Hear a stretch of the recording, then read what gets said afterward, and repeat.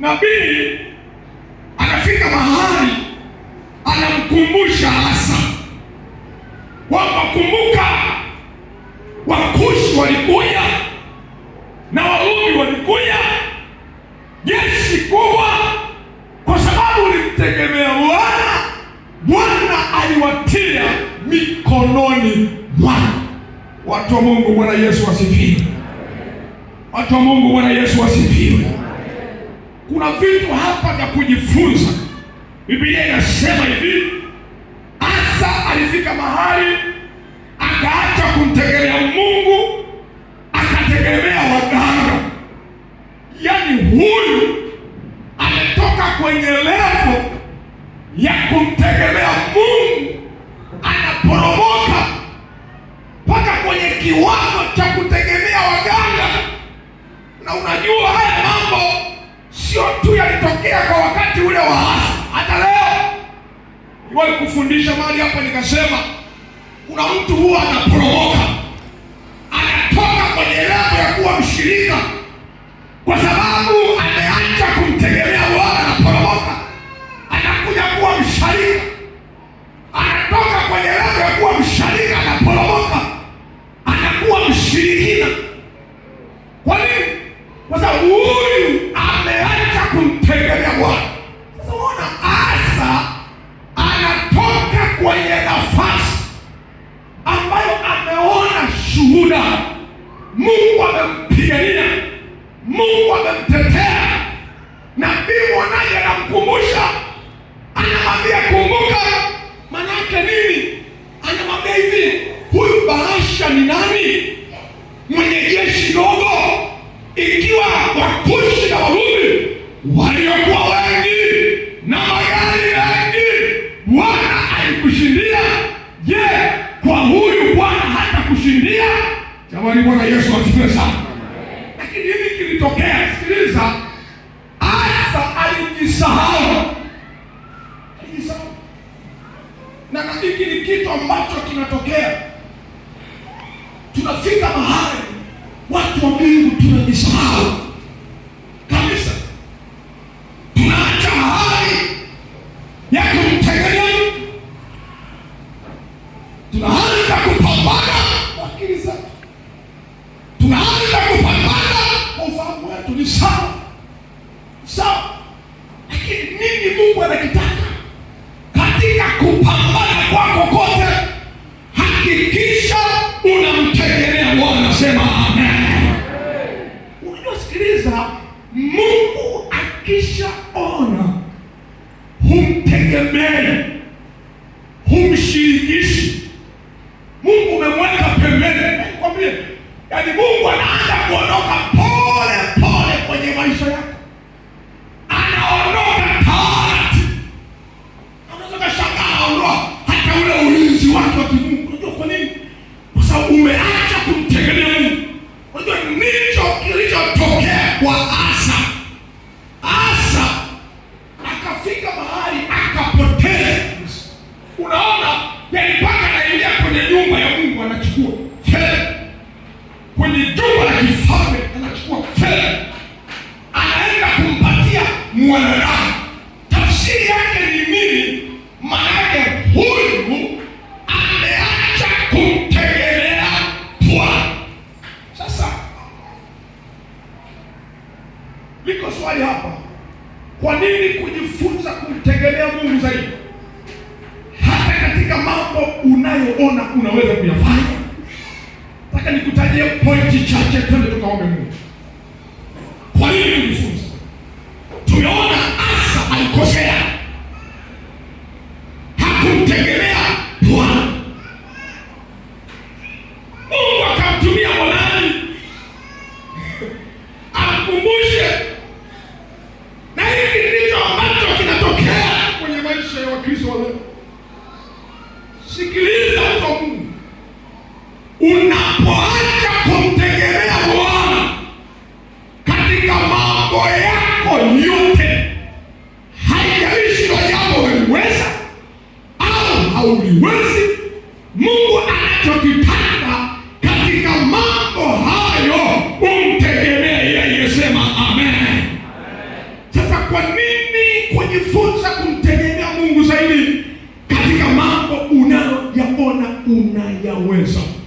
Nazungumzia kumtegemea Mungu hata katika mambo ambayo unayaweza, katika yale ambayo tunaona kabisa tunayaweza. Sikiliza, Mungu anataka tumtegemee yeye. Sasa kwa nini kumtegemea Mungu katika mambo unayoona unaweza kuyafanya? Pointi ya kwanza, kumtegemea Mungu hukusaidia.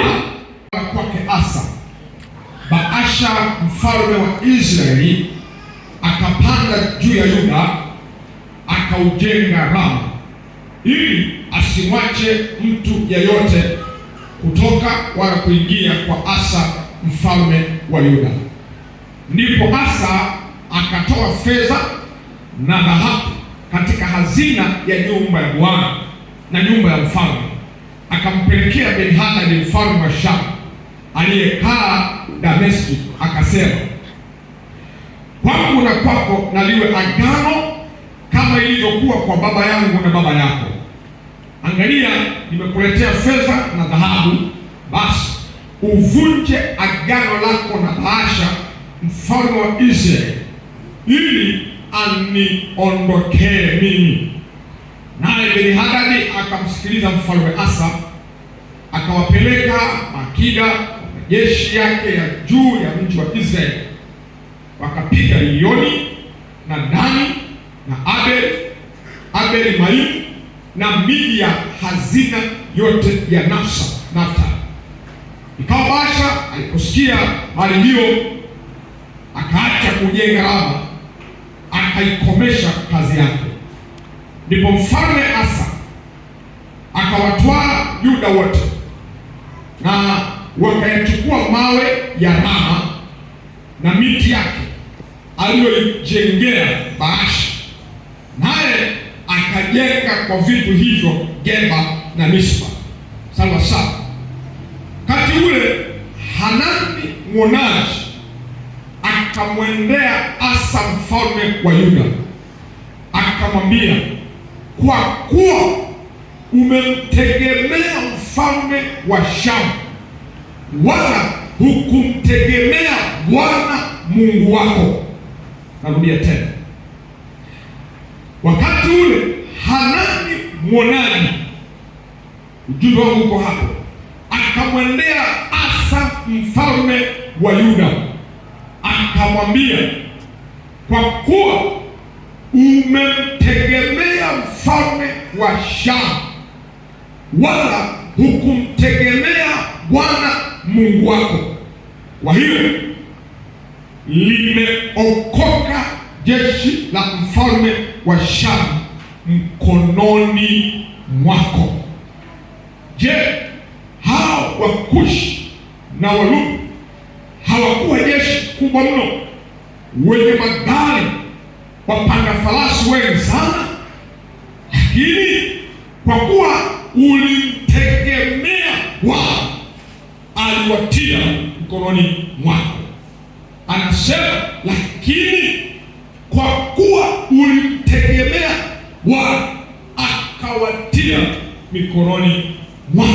Sikiliza, kwa maana macho ya Bwana hukimbia duniani mote, ili ajionyeshe mwenye nguvu kwa ajili ya hao waliokamilika moyo kuelekea kwake. Kwa hayo umetenda upumbavu, kwani tangu sasa utakuwa na vita. Ndipo Asa akamkasirikia mwonaji, akamtia nyumbani mwa mkataa, maana amemghadhibikia kwa sababu ya neno hilo. Na Asa akawaonea baadhi ya watu wakati ule ule. Na tazama mambo yake Asa ya kwanza na ya mwisho, angalia, yameandikwa katika kitabu cha wafalme wa Yuda na Israeli. Akashikwa Asa na ugonjwa wa miguu, katika mwaka wa 39 wa kumiliki kwake.